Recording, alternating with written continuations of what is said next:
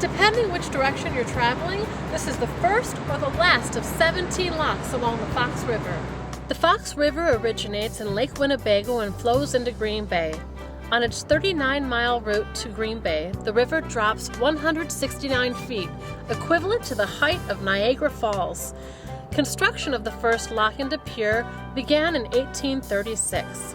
With the construction of dams along the Fox River, canals and locks were necessary to allow boats to bypass the dams along the river. Typical day is, it seems to go either one of two ways. It can be a beautiful sunny day, 80 degrees, and we'll have a lot of boats. Well over 100 boats on a busy day here come through. Then that day is going to be busy, a lot of work. Or it could be like a rainy Tuesday, and we might not see one boat come through. So it's usually swings of extreme one way or another. In 1848, the wooden lock was in disrepair, and the Board of Public Works of the state of Wisconsin recommended it be replaced by the one built of stone. Earliest versions of these went in when Abe Lincoln was president. Some of the hardware that we're still using, some of those original castings were from that era. Before Wisconsin was even Wisconsin, these were in. It was like the first public works project the state saw. The first riverboat passed through the new lock on June 14, 1850. For the next few years, hundreds of barges, ships, and steam whalers carried cargo and passengers up and down the river. With the advent of the railroad to the Fox Valley in 1862, traffic on the river decreased. The U.S. Army Corps of Engineers took over operation and maintenance of the navigational system in 1872. It was 1935, during the Depression.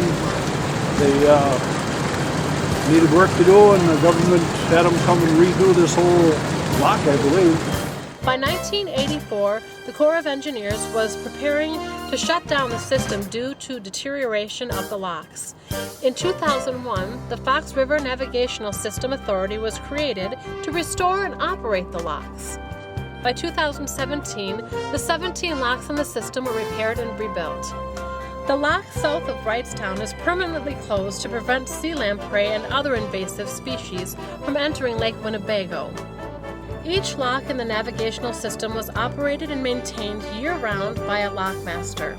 The lockmaster and his helpers opened and closed the lock gates and controlled the valves that filled and emptied the lock chamber. They were also responsible for keeping a record of boats passing through, cargo, destination, number of passengers, and collecting fees. In the winter, the lockmaster risked his life balancing on the rocks to chip away the ice. The work was dangerous and demanding, but provided steady income from a government job. Homes for the lockmaster and his family were built near the locks to provide 24-hour service to the boats traveling up and down the river.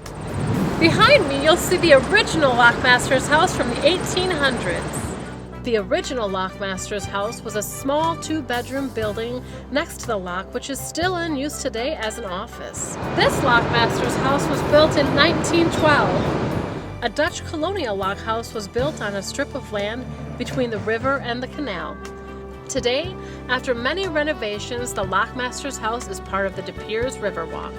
This beautiful area behind me is known as Voyager Park, but it didn't always look this way. At one time, the shoreline of the Fox River was way over by the Fox River Trail. And when they were digging the channels at the beginning of the 1900s, they would dump the material from the river right behind me. And as late as the 1970s, this area still had coal piles and sulfur and salt. And at one time, it was even used as the city dump.